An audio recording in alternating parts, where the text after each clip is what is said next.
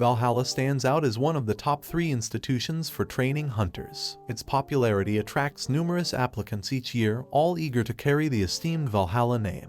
However, gaining admission is no easy feat, with only 1 out of every 500 applicants successfully making it through. Despite the tough competition, 150 students managed to graduate with the prestigious Valhalla affiliation. The intense rivalry begins on day 1, as scenes inside Valhalla reveal cubicles where pairs of hunters engage in face-offs. Observing the training ground from the top aisle is Lee Sang-cheol, Valhalla's highest-ranking instructor. Expressing his observation, Sang-cheol notes the significant influx of hunter applicants this time. Standing alongside him is Yoo Min-jun, the successor of the Yushin family, who confirms his presence to witness his niece's journey. Sang-cheol inquires if Min-jun is there for his niece, and Min-jun affirms, expressing high expectations for Soyeon. Soyeon, a prodigy from the Yushin family, one of Korea's top 5 families, showcases remarkable abilities. By the age of 10, she demonstrated mana control comparable to a high schooler. At 13, she achieved the skill of adding mana to her sword, and by 16, she outshone other Yushin family members in competition. Sang-cheol elaborates on Soyeon's achievements from her personal data sheet, while Min-jun adds an intriguing detail. Rumors circulate that she can communicate with the Yushin family's guardian Constellation. Sang-cheol was amazed, but Min-jun explained that high expectations were placed on Soyeon.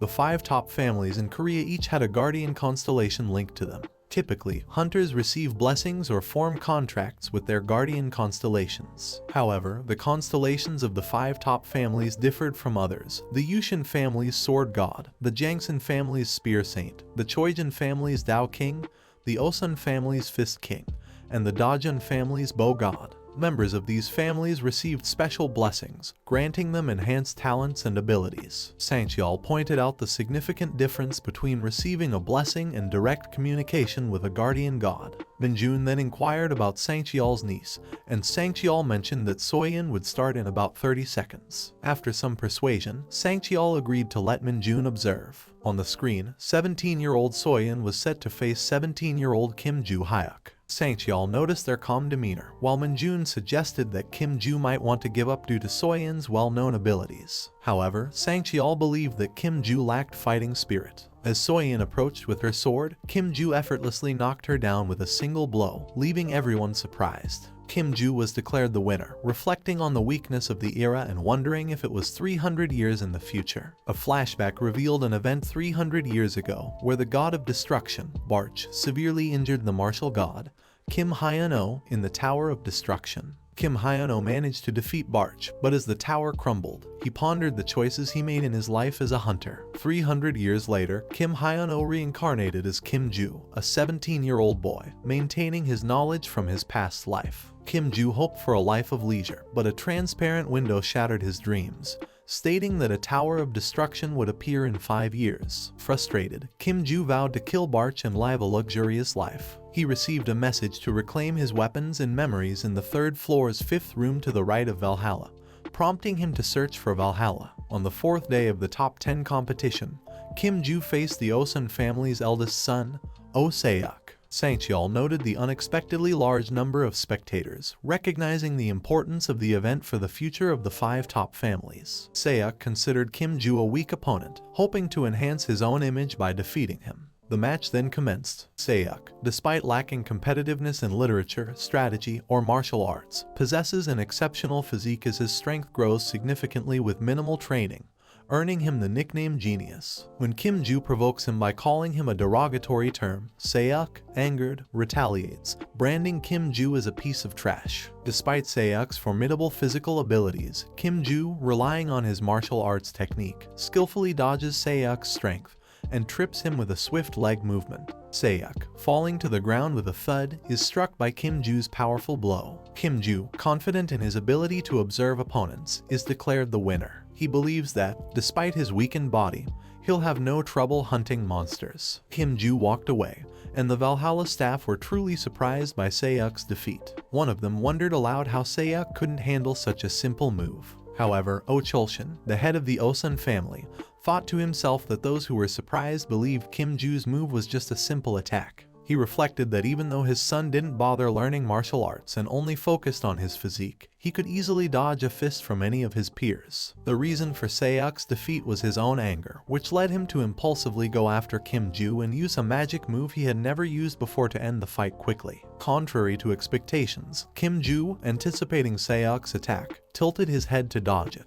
He shifted his center of gravity, fully aware that he would have been hit otherwise. Seizing the opportunity, Kim Ju made swift moves, demonstrating a speed that surpassed Saeok's maximum. All of this was part of Kim Ju's clever plan, set in motion the moment Saeok initiated the attack. Oh Chulshin was determined to bring Kim Ju into their Osun family at any cost. On the day of the ranking match finals, Kim Ju found herself in a face-off with Choi Jin family's second daughter, Choi Arin. Arin's appearance caused quite a stir among the boys, much to the annoyance of Kim Ju. Taking her position, Arin refrained from making the first move. Kim Ju thought to herself that Arin, at least, was trying to assess the situation beforehand, making her stand out from the rest. When Kim Ju charged toward Arin, the latter tightly gripped her sword, and bursts of light emanated from her weapon, leaving others to wonder if Arin had mastered the Choijin family's ability to change elements at such a young age. As Kim Ju approached, Arin attempted to distract him with her beautiful eyes before launching an attack with her sword. However, Kim Ju proved too quick, expertly dodging her strikes. When Kim Ju retaliated, Arin skillfully evaded his sword, and Kim felt like he wasn't attacking a physical form. Kim then increased the weight of her sword, making it harder for Arin to handle. With a fist attack, Kim caught Arin off guard, and she fell to the ground. Kim Ju celebrated his victory once again, securing the top spot on the Valhalla admission list. Exiting the institute, Kim Ju found himself surrounded by reporters eager to hear his story. Some even wanted him to join their guilds. Overwhelmed by the swarm of questions, Kim Ju bluntly told them all to shut up, expressing his agitation at the mob attack. Due to Kim Ju's actions towards the guilds, news about his unpredictable behavior has spread, and many label him as a psychopath for rejecting lucrative offers from the guilds. People criticize him, stating that he lacks manners and has a volatile temperament. Despite his immense talent, he has no support to mend these strained relationships. Eventually, Kim Ju starts his first day at Valhalla as a freshman. During the introduction to Valhalla's history by the teacher, Kim feels thoroughly bored. Suddenly, he notices someone watching him. When Kim Ju turns to look, the student observing him quickly averts their gaze. Kim is at Valhalla to recover his memories and retrieve his weapons from the Constellation room.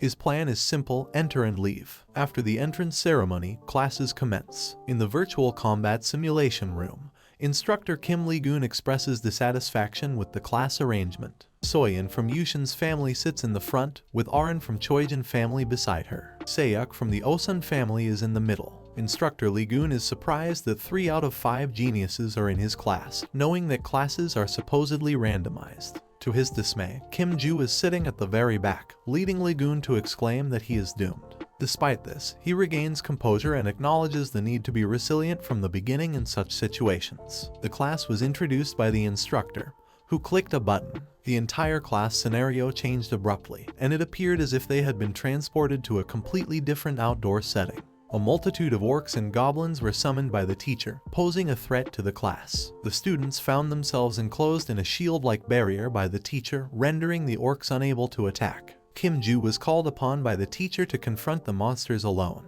Instead of responding, Kim Ju entered a thoughtful state, much to the teacher's satisfaction, as it seemed to diminish Kim Ju's ego. Lee-gun sensed that the students might be familiar with monsters from books or movies but had never encountered them in person. Consequently, he understood Kim Ju's fear. Lee-gun patiently waited for Kim to give up so that the class could commence. However, his face is laughed at by Kim, who mentions that handling the monsters alone is something he could do. It's suggested by Kim that Lee-gun should give him a reward because such tests aren't usually given on the first day. Lee-gun accepts, stating that if Kim manages to handle all the monsters solo, he would do whatever is within his ability. Warning Kim about the real dangers of monsters in such situations, Lee-gun is shrugged off as Kim insists on being handed the sword. Lee-gun reluctantly passes over his own sword, and within seconds, Kim Ju effortlessly slashes through the monsters. Expertly battling the monsters, Kim Ju reflects on the 3 centuries that have passed since he last wielded a knife. Despite the prolonged absence, he finds himself surprisingly adept.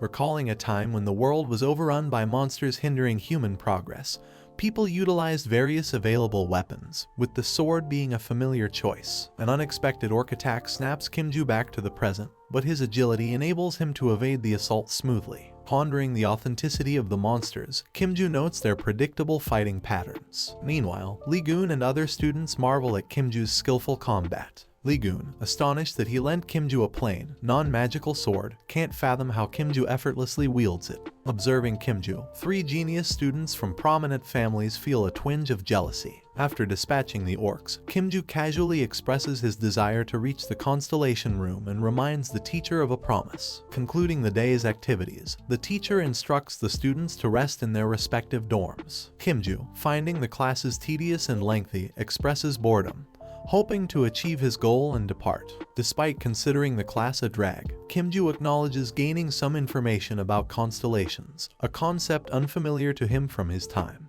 The transformation into gods is what people refer to as the constellation, achieved by those who accumulated great fortune. Hunters possess holy relics associated with most constellations, granting them special powers. The Valhalla, ranked as the world's 3rd largest academy, houses numerous constellation relics. Kim-ju, not finding anything related to swordsmanship and monster annihilation useful, decides to head to the dorm and seriously engage in martial arts practice due to his weaker physique. While contemplating this, Arin interrupts his thoughts, seeking a conversation. Meanwhile, in the school's office, Lee-gun discusses Kim-ju's abilities with Sang-cheol, expressing doubt about him being a typical high school student. Lee-gun complains about the embarrassment caused by Kim, rather than facing the expected challenges. In a virtual combat simulation room, Lee-gun creates 120 monsters, and Kim-ju swiftly eliminates all of them. Sang-cheol, astonished by this feat from a high school student unfamiliar with monsters, comments that Kim-ju doesn't seem particularly special. Further research reveals that Kim-ju is an orphan from a dangerous area,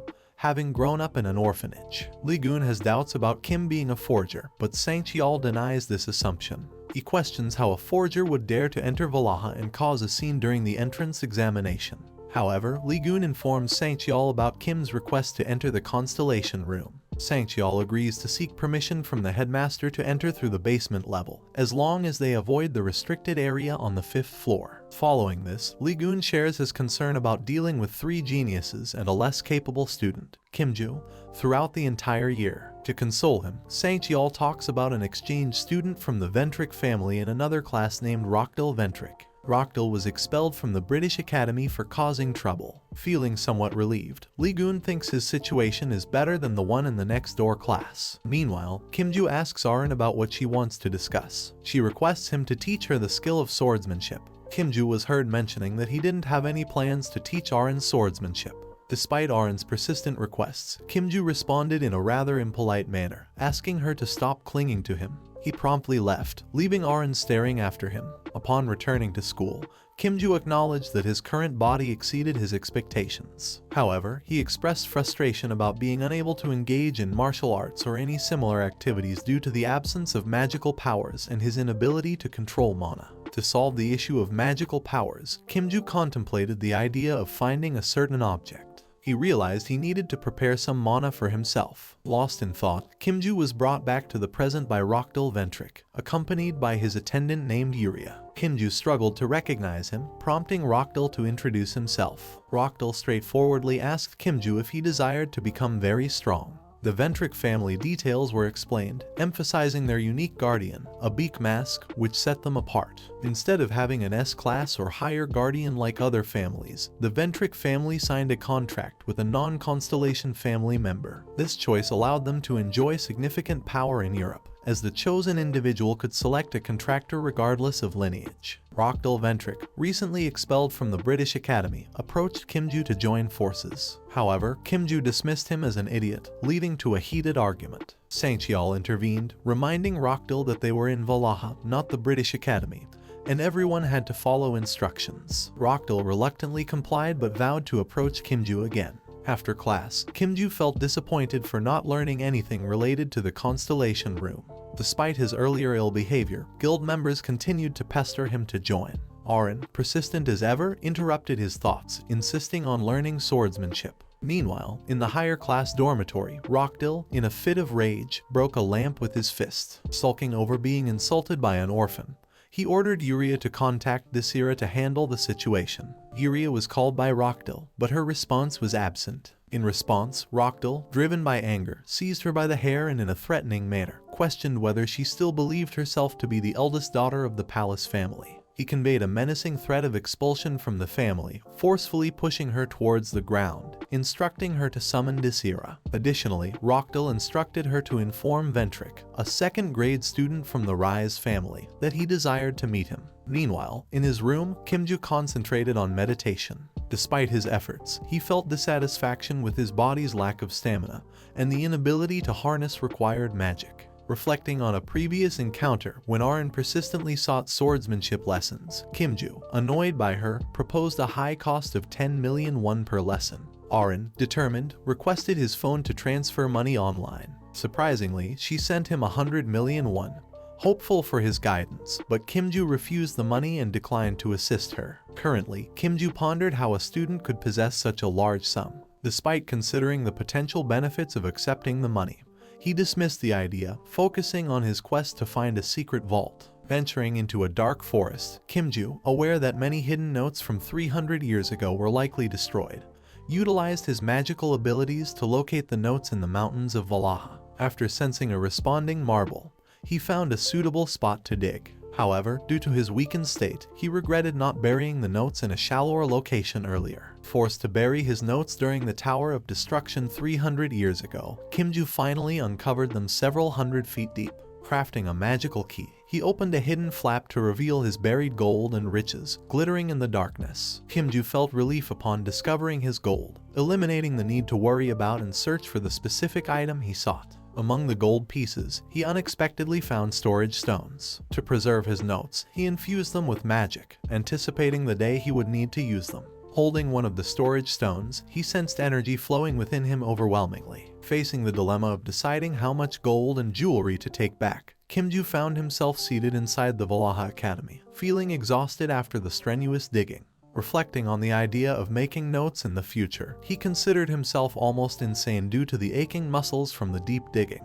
Arin approached him, persistently requesting swordsmanship lessons, making Kimju contemplate her insistence. Recollecting information from his reincarnation, he realized that Arin Choi, belonging to the Choijin family, practiced swordsmanship. Arin expressed her desire to learn exclusively from him, praising his blade skills. Kimju inquired about her father's swordsmanship skills, but Arin denied his superiority. Lee-gun interrupted, urging Kimju to follow him to the teacher's room, avoiding discussing the Constellation room in front of Arin. Excitedly, Kimju complied with Lee-gun's request. Before leaving, he instructed Arin to meet him at the training grounds the next day. Lee-gun informed Kimju that his access to the Constellation room had been approved, but he was restricted from entering floors below the first. Agreeing, Kimju decided to go that night without causing a fuss about the restriction. Lee-gun, relieved by Kimju's acceptance, took him to the Constellation room, Valhalla's prized treasure. Kimju noted the tight security and magical protections around the room, making it one of the world's top academies. Curious, he asked about accessing the second floor, prompting Lee-gun's warning of expulsion and potential madness due to rampant magic on that floor. Concerned about Kimju's intentions, Lee-gun questioned his interest in the second floor but reassured himself that the top student wouldn't take such risks. Kimju entered the room, promising to return within 30 minutes. An interface appeared, guiding him to reclaim memories and weapons on the third floor, fifth room. Unconcerned about expulsion, Kimju proceeded to the third basement floor, pondering the building's numerous stairs. To his surprise, the Constellation room didn't live up to its hype. Considering going deeper, an interface informed him that he met the requirements and would be shifted to a room. As he descended, Kim encountered his old opponent Barch. Without waiting for Barch to speak, Kimju delivered a tight blow, expressing joy at seeing him. Barch was repeatedly punched by Kimju, catching him off guard. Despite Barch's pleas to calm down and stop, Kim knocked him to the ground. Barch, while catching his breath, insisted that he wasn't someone who used their fists. However, Kimju, angered by Barch's alleged destruction of his comfortable future, continued to thwart him with leg kicks. Kimju accused Barch of robbing him of his riches, honor, and the time he spent training his disciples. In between huffs and puffs, Barch questioned if Kimju ever wondered about their location. Kimju dismissed it, claiming there was nothing there. Barch revealed that they were in an imaginary world, a space within a relic. He clarified that the Barch Kimju was seeing was just an embodiment in this imaginary world, as his actual body had died 300 years ago. Kimju speculated that Barch had always been in this relic, and Barch confirmed it, proudly declaring that he had become a constellation. Furious, Kimju punched Barch again. Meanwhile, outside the building, Lee-gun patiently waited for Kimju. Relieved to see him emerge, Lee-gun asked if he had done anything problematic. Kimju coolly explained that he was just checking around and couldn't go down further, or he would have lost his mind.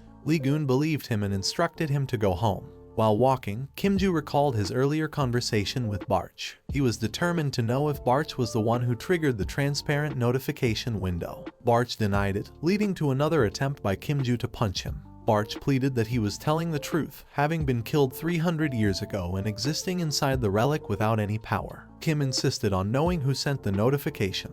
Barch revealed that he, too, received the notification to contact the reincarnated Kimju and regain his memory. He suspected that a suspicious person, possibly the one who made him the owner of the Tower of Destruction, emerged due to his work. However, Barch couldn't remember the person's identity, as that part of his memory was gone. Barch inquired about Kimju's notification, and Kim explained it was about reclaiming his memories and weapons. However, the details were censored by squares. Kimju couldn't remember losing any memories and still had memories from the tower. Barch suggested that Kim's memories might return slowly now that he had found his weapon. Kimju was surprised to learn about finding his weapon, and Barch explained that this space was the inner world of the 4 weapons, including the village swords turned relics. Barch became a constellation by using the village sword as a relic. Returning home, Kimju contemplated destroying his village sword and leaving. However, even though it had weakened, the sword was reluctant to leave Barch, once called the King of Destruction. Additionally, the new quest appearing on the notification window could only be achieved with the village sword. Lost in thought, Kimju was interrupted by a group of mobsters, including Lyric Sunrise, the eldest son of the Sunrise family. Lyric, angered by Kimju's mocking words, attempted to lecture him. Uninterested, Kimju kicked Lyric and challenged him to stop talking and come at him. Effortlessly, the seniors were beaten by Kimju using punches and blows. To their surprise, a sword appeared in his hand, catching them off guard as they hadn't noticed the weapon earlier. With a sense of pride, the village sword was brandished by Kimju, and he challenged his opponents. Meanwhile, 3 hours earlier, Lyric received a message from Rockdale Ventric to handle Kimju. In exchange, Rockdale promised great rewards for Lyric and the Sunrise family. Lyric was instructed to clear the mess using any weapons necessary. Lyric, convinced that a first grader is always inferior, believed it was inevitable due to the contract with the Constellations. First-year Valhalla students must form a contract in the second semester to become second graders,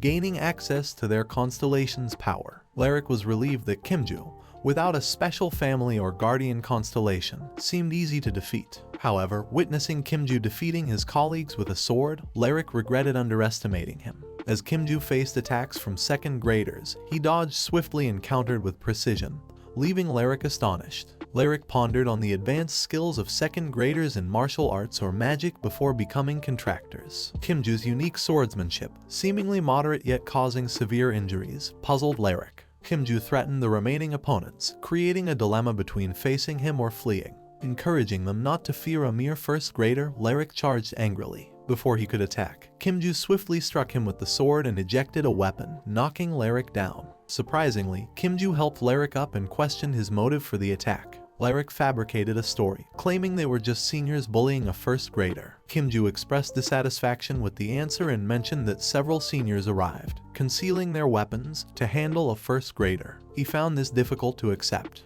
Despite Kimju's insistence on knowing who sent them, Lyric remained unresponsive. Kimju sarcastically remarked on the loyalty of gangsters, expressing his disappointment. As Kimju was about to leave, Lyric cautioned him that attending school might be challenging after this incident. Even though Kimju was a top first grader, expulsion was a possibility. Kimju, seemingly unconcerned, argued that the story could be twisted in their favor. If they spread the narrative of second graders attempting to attack first graders and failing, it would be the second graders who would be embarrassed. Smirking, Kimju advised Lyric to think carefully if he wanted to return to school and join a guild. With that, he calmly walked away. Meanwhile, Rockdale eagerly awaited a phone call from the second graders, anticipating a victory. However, Lyric surprised him by stating that he was taking over the responsibility. Rockdale found it hard to believe what he was hearing, but Lyric proceeded to recount everything to him and cautioned against leaving.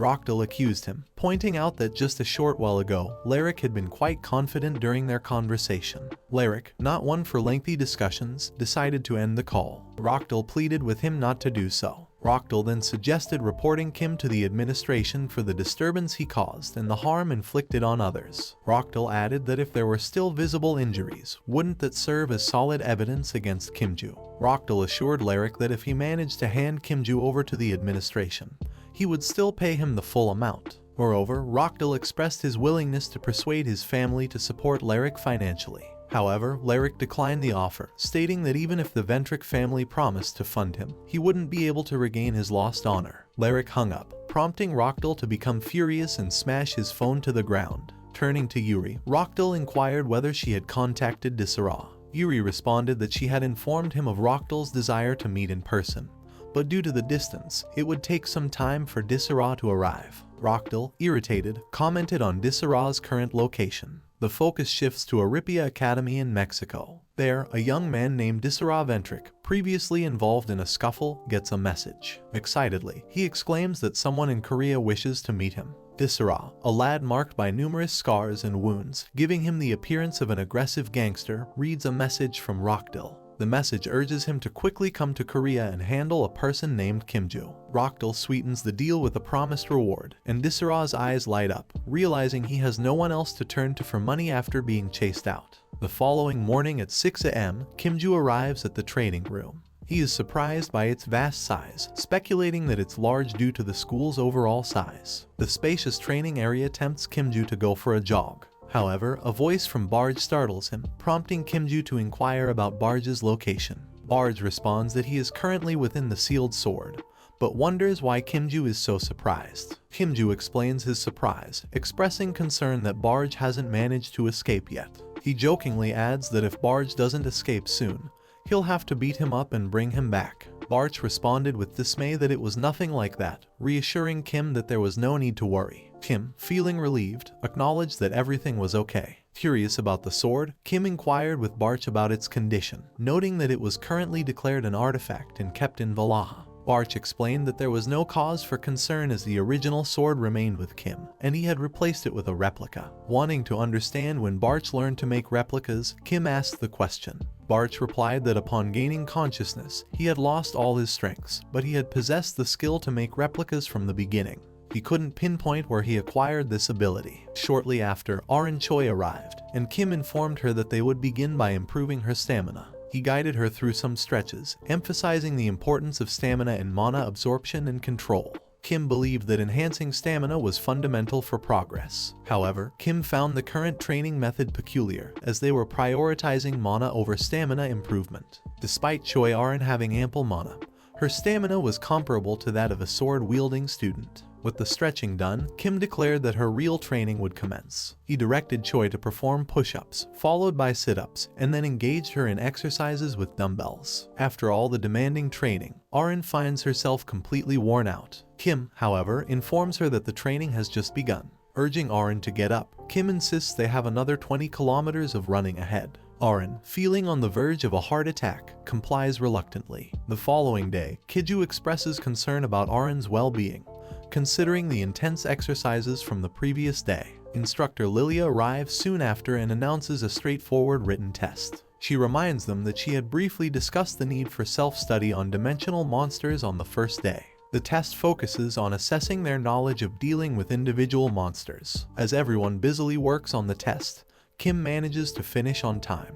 The test papers are collected as the allotted time expires. Instructor Lilia mentions that the test won't contribute to their overall score but will be used to gauge their preparedness for the next class. She concludes by announcing that the next session will involve their official lessons in the virtual combat simulation room. Meanwhile, Barch whispers to Kim, questioning if he's confident in his answers. Kim, surprised that Barch has been observing him, admits he answered based on his understanding. At the teacher's lounge for the first-year instructors, Instructor Lilia reviews the test papers. When she reads Kim's paper, she becomes furious and questions how he dares to consider such statements as answers.